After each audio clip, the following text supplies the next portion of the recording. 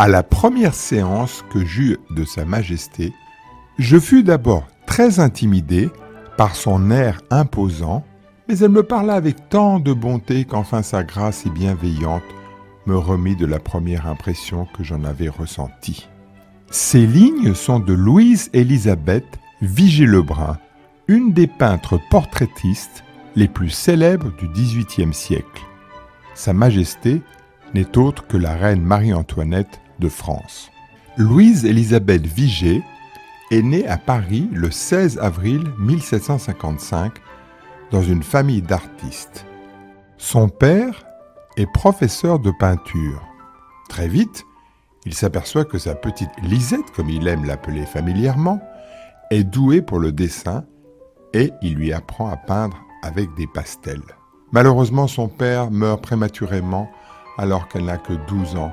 Louise-Élisabeth est très triste. Sa seule consolation est la peinture.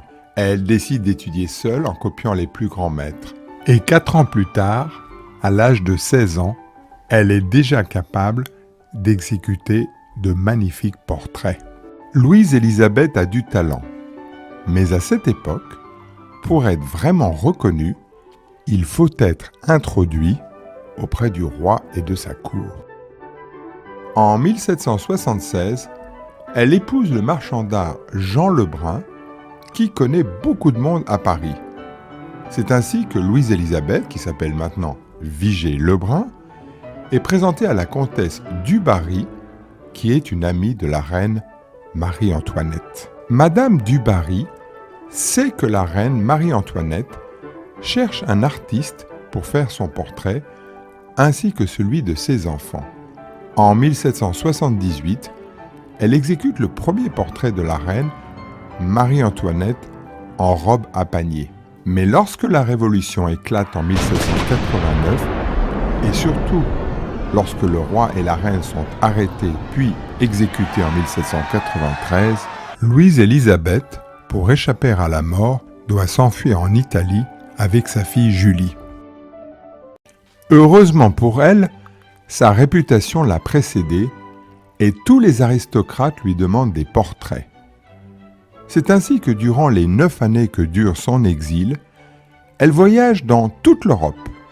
En Suisse, elle se lie d'amitié avec Madame de Staël. En Russie, elle est reçue à la cour de Saint-Pétersbourg par l'impératrice. Madame Vigée-Lebrun revient en France en 1802 et vivra encore de longues années sans jamais cesser de peindre ni d'écrire. Cette femme peintre, qui ne fréquenta jamais une école de peinture, sut mieux que quiconque célébrer la beauté, en particulier celle des femmes. 2 siècles plus tard, ses portraits continuent de nous charmer.